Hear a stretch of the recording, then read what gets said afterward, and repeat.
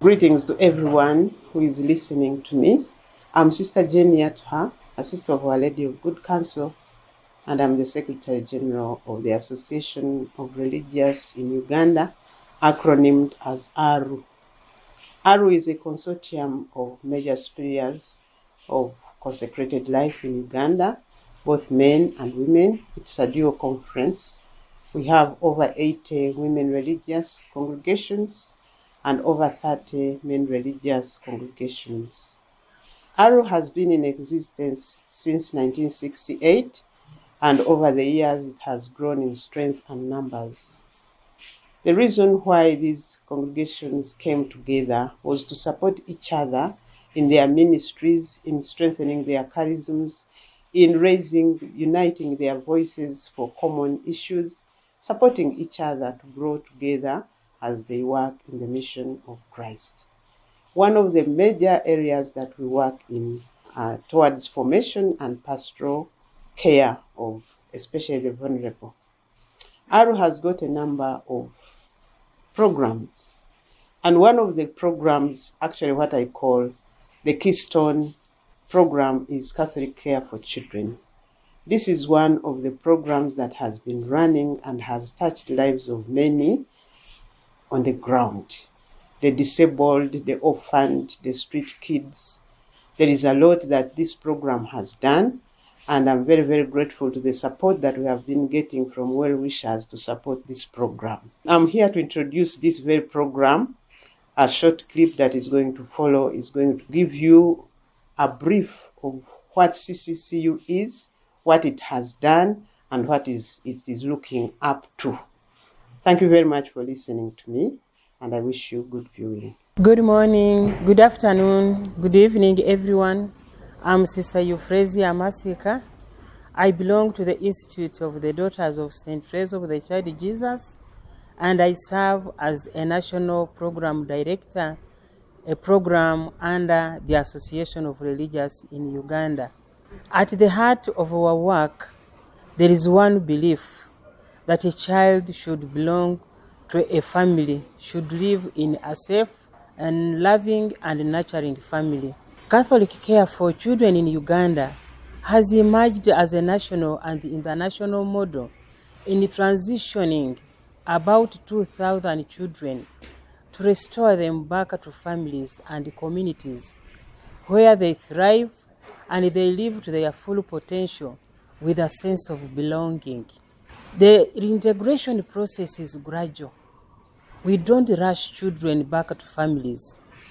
We make sure we go through the steps that will ensure permanency once they are reintegrated. We assess the child and the family where the child will be placed. We prepare both the child and the family through bonding sessions. Eventually, we place the child in a family, but then we make sure there are consistent follow-ups to ensure that reintegration takes place. We have invested in a strong system that ensures documentation, accountability, and transparency. Every child's journey is documented, is tracked, and retrieved so that the child is not lost where she has been placed. We also address ethical issues. We respect culture and we work in the best interest of every child. We also operate within the national and international policies, like standards set in the United Nations Convention on the Rights of the Child, the African Charter, the Alternative Care Framework, the Approved Home Rules 2013, and many others. We believe that if a child grows up in a safe, loving, and nurturing family, his or her bright future is certain. So we appeal to people out there, invest in reintegrating children back to the family, where they will live to their full potential and feel a sense of belonging, where they are loved and accepted. Thank you. Together with the CCU team, we oversee the systems and monitor program operations to ensure quality care for every child. Our program uses a digital case management system that tracks each child throughout their journey, from identification and registration through assessment, case planning, service provision, referral, and continuous monitoring. And in the process, important is case conferencing where necessary, followed by case closure and post-closure follow-up to ensure long-term safety and well-being. In simple terms, from the moment a child is identified and enters care to reintegration and beyond, all information is securely recorded and closely monitored. This structured approach enables us to track progress, ensure accountability, protect sensitive information, and make informed decisions about the child cases. Yes.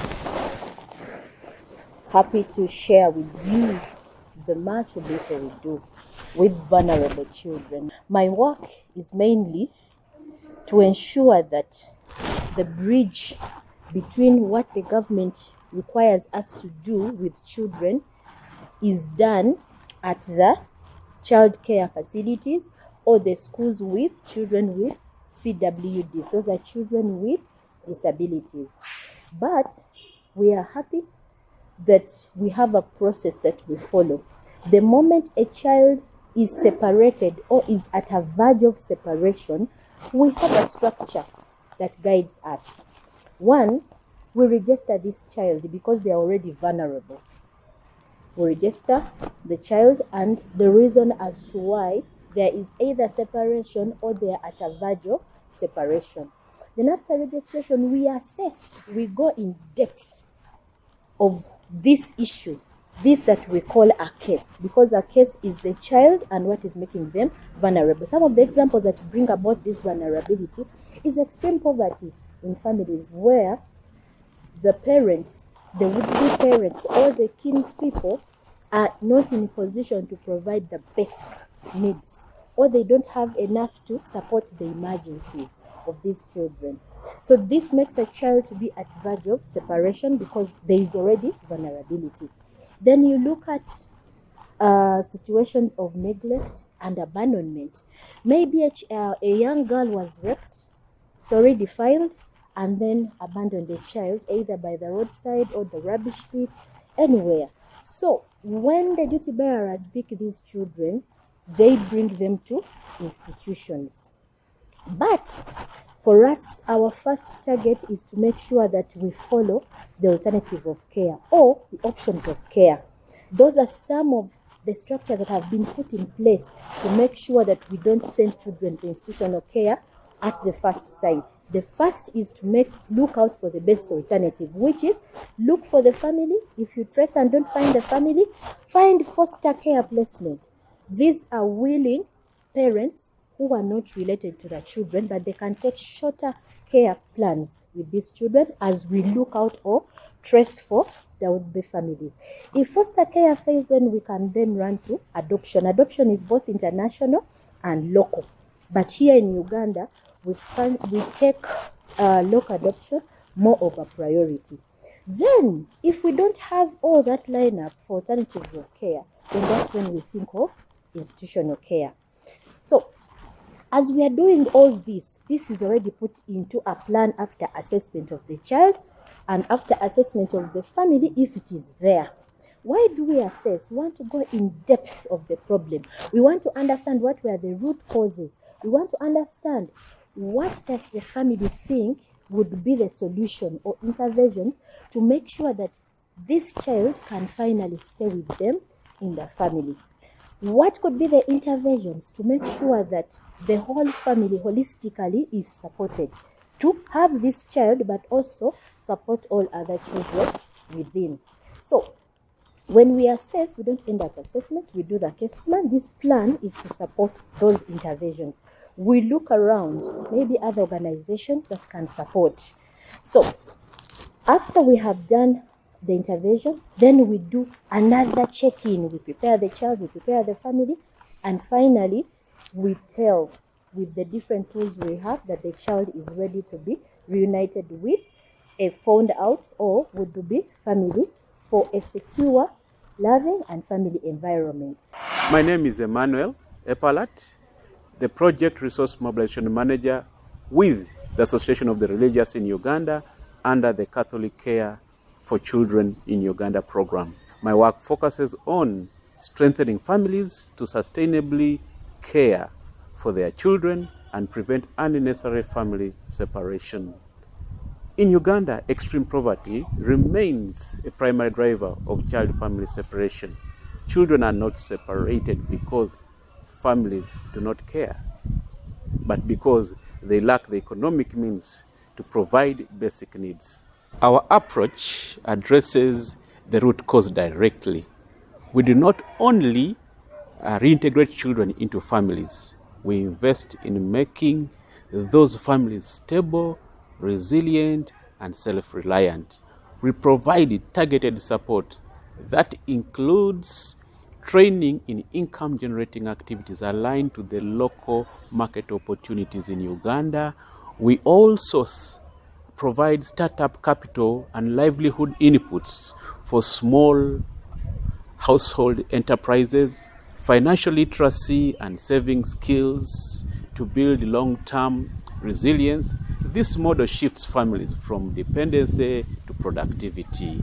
As a result, families begin to generate income, most essential needs are met, and restore dignity and a confidence in their caregiving roles for the children. We have already seen measurable impact. Families that previously could not meet the basic needs are now able to consistently meet or provide food, pay school fees, and access health care for their children. This ensures that the children return not to vulnerability, but to stability and opportunities. Did you know a child marked safe today can become at risk tomorrow and no one takes it? That is why I lead systems that track every child, flag risks early, and drive timely action.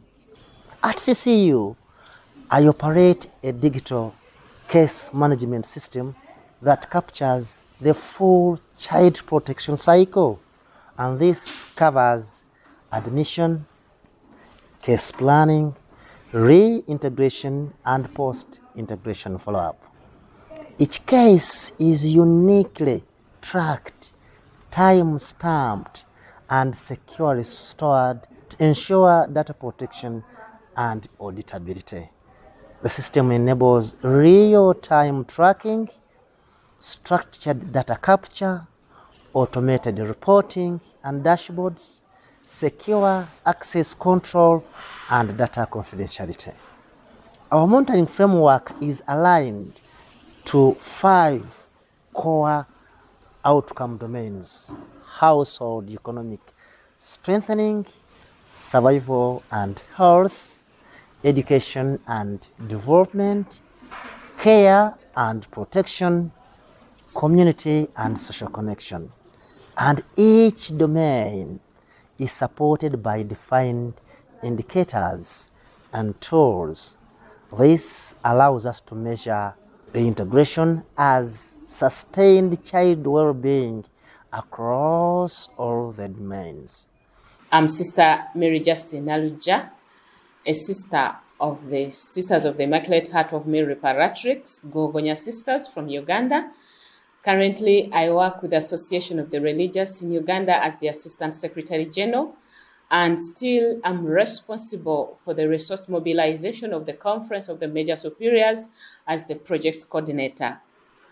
I really thank you viewers who have taken time to listen to what one of our programs, Catholic Care for Children in Uganda, does. It has touched many lives in Uganda of children.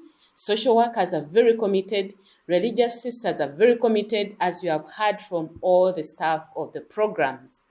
So, as we come to the conclusion of this video, I really come in the capacity of resource mobilization to make a humble appeal for these vulnerable children, innocent souls. For many children grow up facing circumstances, as you have heard, with no care, no love, no safe environment. And this is our mission. And at this moment, I really want to make a very humble appeal to all of you.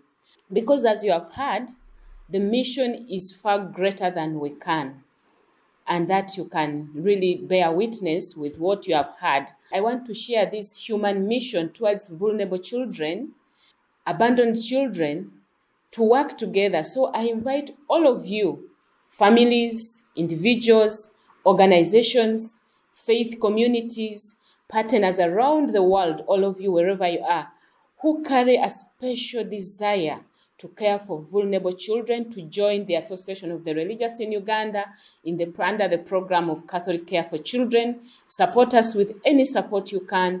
We have a lot. So when you support this mission, you are not simply making a donation. You are providing a meal to a child, a safe environment to a given child in Uganda, that love and care for some other people who sacrifice for the good of these children. So I really humbly ask you to stand with us in this mission in 3 ways. 1, we seek financial support. Through financial contributions or partnerships that help sustain health care, shelter, education for children, this will take this mission far and will help so many young people, young children, to have a dignified life. In the second way, through advocacy, share this mission with others wherever, all over the world. Share this mission with those who believe that every child deserves protection and opportunity and good life, right from childhood. And in the third way, as people of God, share this mission through prayer and accompany us, because spiritual solidarity strengthens those who serve and those who are served. Children and all the social workers in Uganda, all the sisters, all the staff you have seen in this video deserve that spiritual solidarity. And together we can build environments where children feel safe, valued, and loved, where trauma is replaced by healing and fear is replaced by hope. So I appeal and I thank you, whoever will be touched by this video, to support us in the mission, to join us, and we work together in this human mission, but all of that, a mission that gives dignity to young, vulnerable children. We'll always be happy to receive any kind of support towards this mission. Thank you very much.